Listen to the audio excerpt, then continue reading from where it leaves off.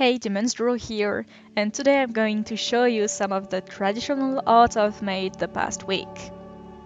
So, last Tuesday I received the 216 markers ohuhu pack thing, and well, that really inspired me to do some traditional drawings, and which is why I'm not gonna do a digital drawing this week.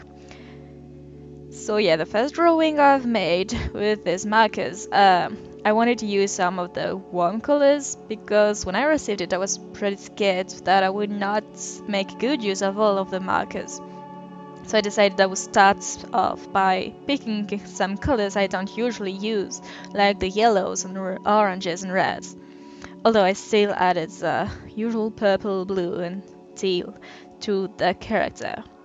Now I also wanted to use different shape for the clouds that I never used before with the swirls, and well, I'm really proud of how it turned out. Now the second drawing is a mermaid, as you can see. I was a bit disappointed in myself because I didn't draw a single mermaid in May, and well, it's mermaid, so you're supposed to draw a mermaid every day, although I wasn't very motivated to do it because I had all the exams for the baccalaureate and stuff. So I drew my mermaid in June. Now I used some greens for her, which is another color I don't usually use. And I added some phosphorescent seaweed around her and a little seahorse. It's my mother's favorite animal, so I tend to include some each time I draw an underwater scene. Now I wanted to give her some fluid pose, and you can see she's heading toward the upper right, and her body is curving, so it's dynamic and not very still. Now I really like this one,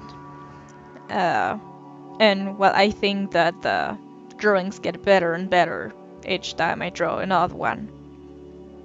Now the third drawing, I actually used a Pinterest reference. My cousin kinda dared me to draw that picture in my style, and here it is.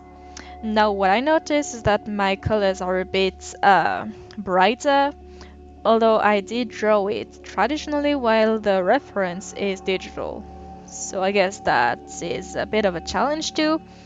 And well, I drew her a bit off center, so I needed to add something to the background to fill in the space. And I felt like a dragon would fit nicely. So I looked up some reference from Chinese dragons and I tried to draw one for the first time in my life. Now I think it looked okay, and well, actually it looks great and I'm really proud of the results.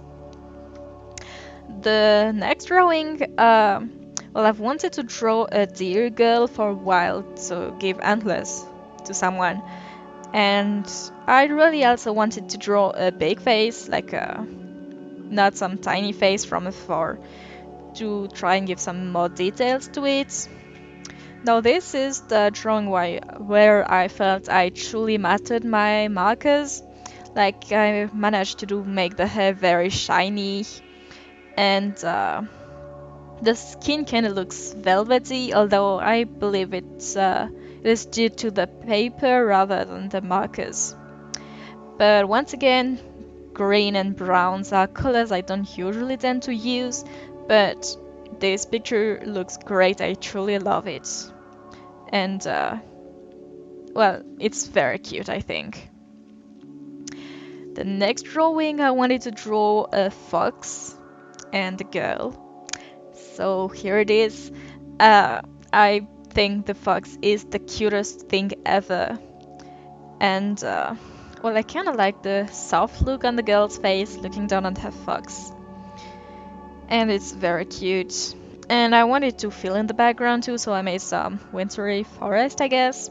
Not very detailed, but the colors really make the orange pops, which was the point, truly.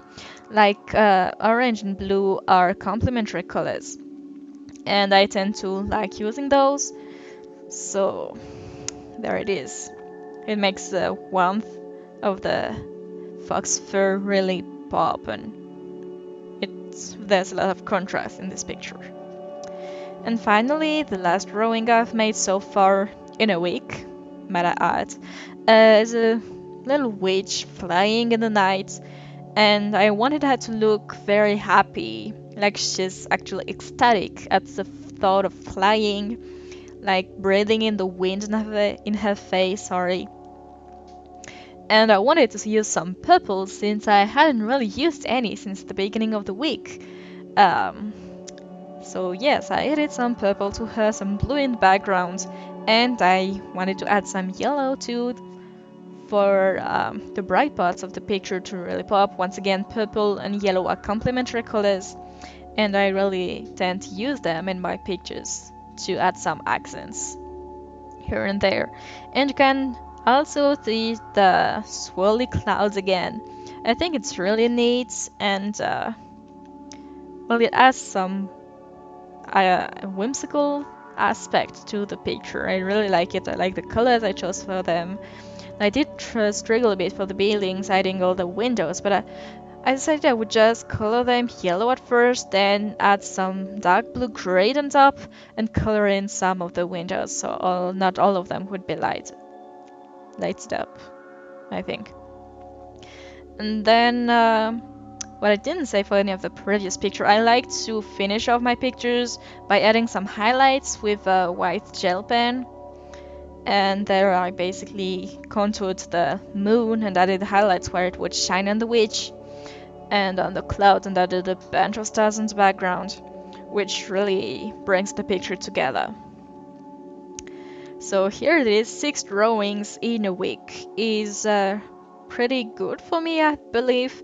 I get burnt out, I guess, very easily when I draw. So usually when I draw a finished picture, I need a few days to have some inspiration again. But now I'm on a pretty good streak of drawing. I'm really proud of my drawing. They're getting better and better, I think. I love these markers.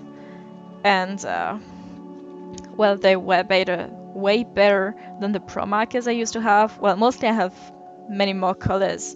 And my pro markers didn't have any brush tip.